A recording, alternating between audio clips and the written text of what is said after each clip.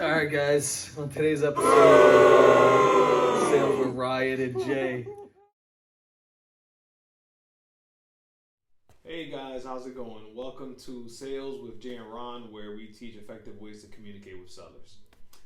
Hey guys, so today's topic we're going to be talking about price.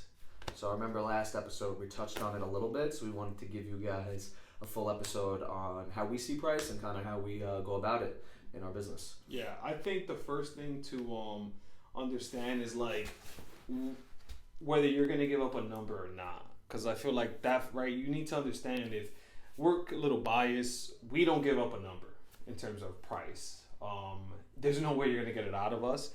So that's our philosophy behind it. So with that being said, some of the word tracks we use and some of the philosophies we use is all based around not giving up a number. So that's like the first kind of decision you have to make.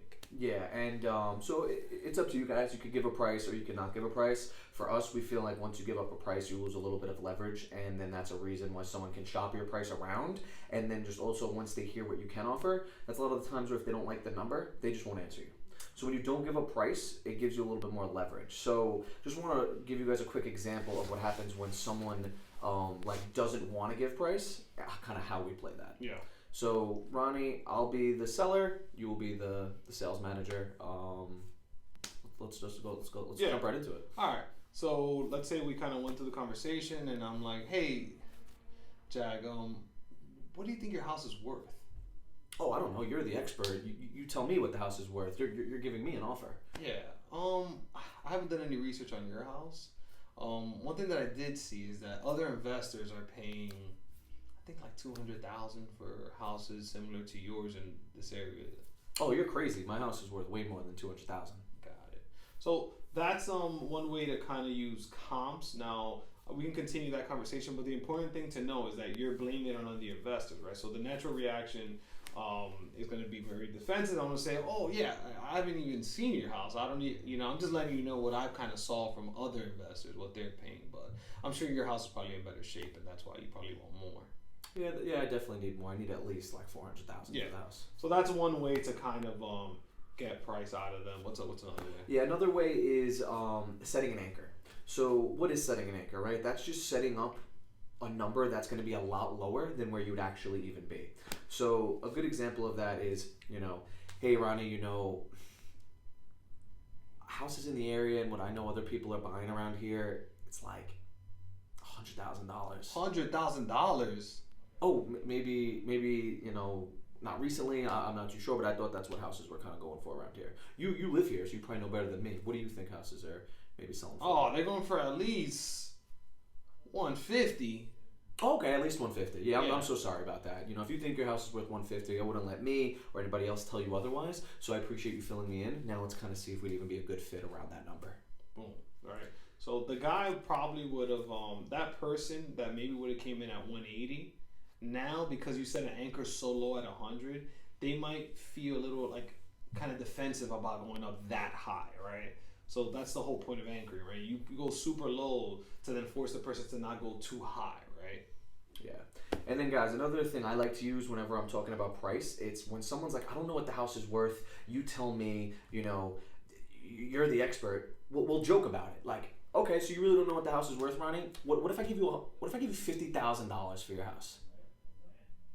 Don't disrespect. With a duffel bag, cash, ready for you. This kid's, you gotta be joking. Oh, of course I'm joking, Ronnie. So at least you have an idea. You told me you don't know, but $50,000 is way too low, right? Yeah. Okay, there it is. So listen, before we take that next step, I think first of all, we need to make sure you understand what the house is worth to you or what you need to get. Because it's not about what I could pay. It's more about what works for you. So why don't we stop things right here? You get an appraiser in here, or a realtor, or someone who can kind of help you get what you feel like you deserve for the house. I know what I deserve for the house. Oh, you do know?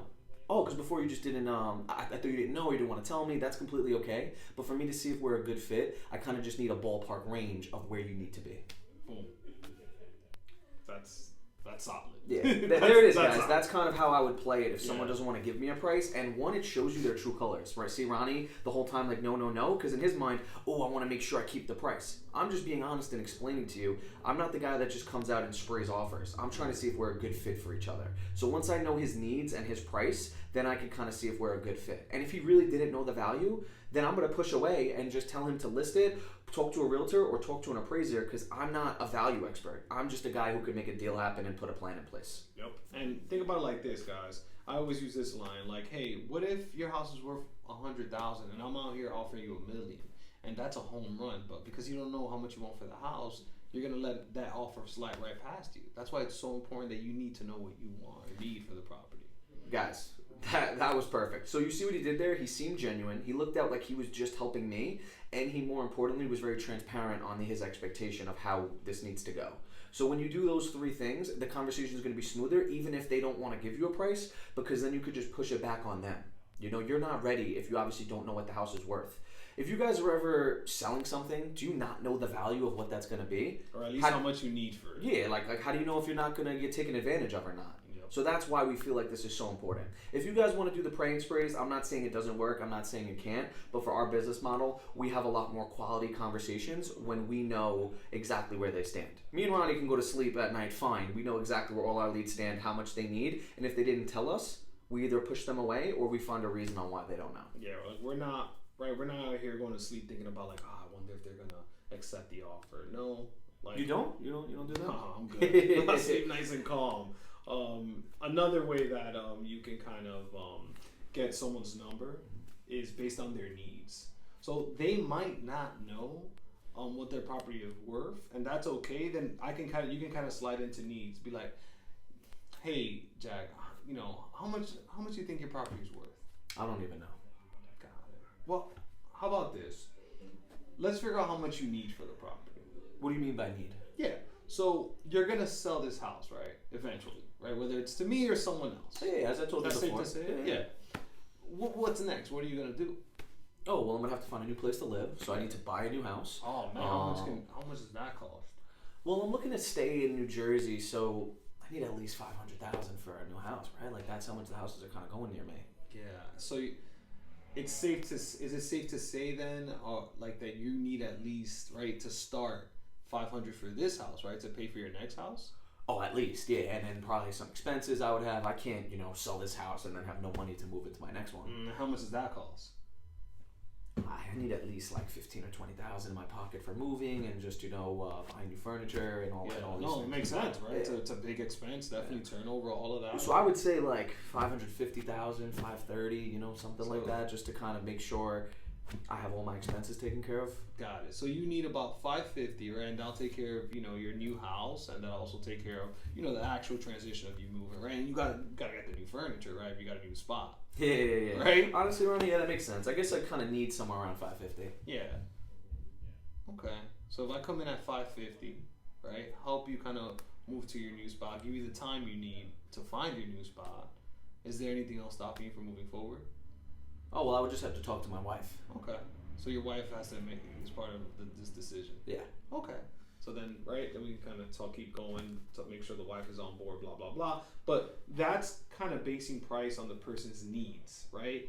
Because some people might not know what the property is worth, and that's fine, right? But if you had an offer in the back of your mind of $400,000, meanwhile this guy, right, is talking about selling this house to pay cash for his next house, you offering $400,000 is going to be very disrespectful to him, and you might not know why because you never asked him why. What's his picture perfect? Why is he selling this house to get where? Yeah, guys, it goes back to never assuming.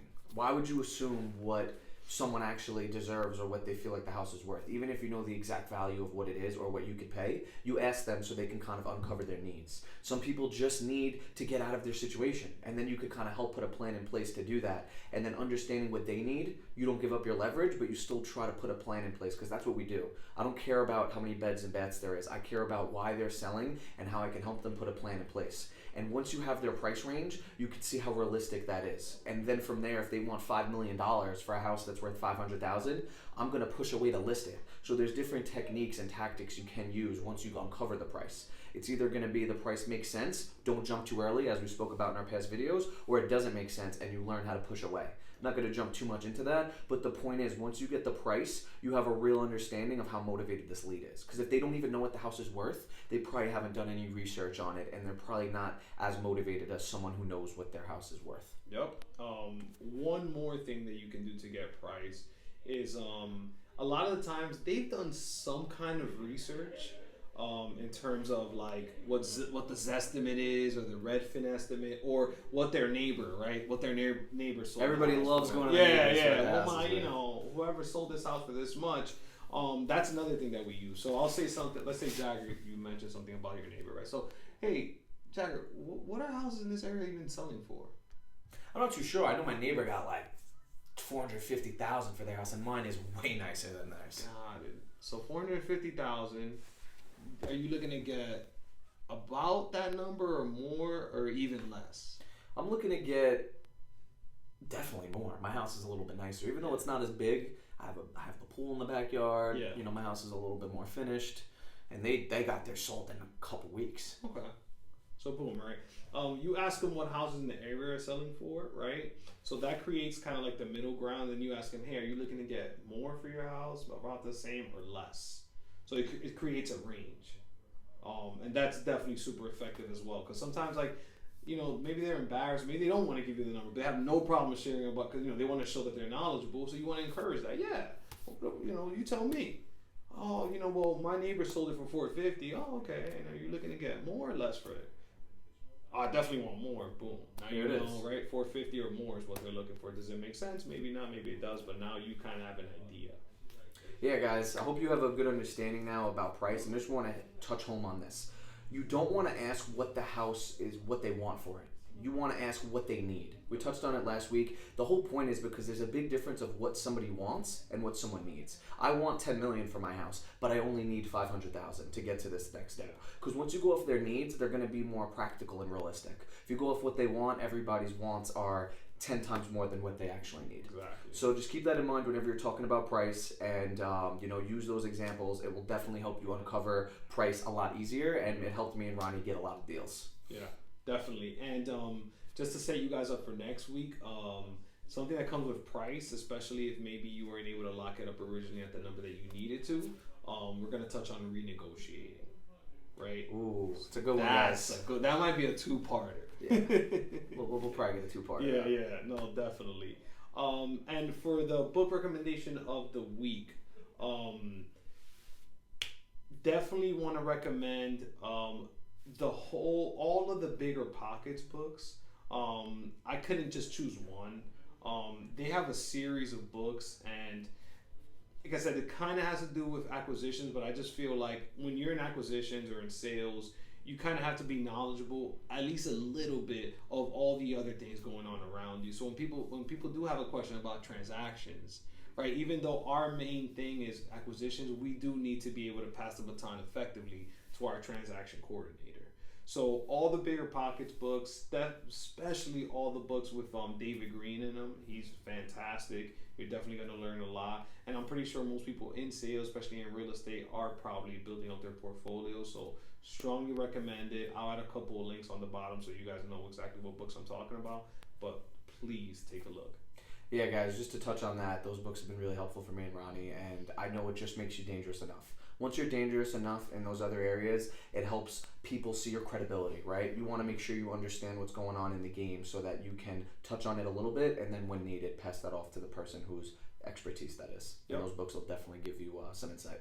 Yeah, and with that being said, thank you guys so much for tuning in, and hopefully we'll see you guys next week. All right, guys, another episode with Sales with Jay and Ron. We're out. Hey guys, I hope you enjoyed the last episode of Sales with Jay and Ron. If you want to subscribe or look at one of our previous episodes, I'm hoping it's going to be somewhere here and the other one right here. Bye.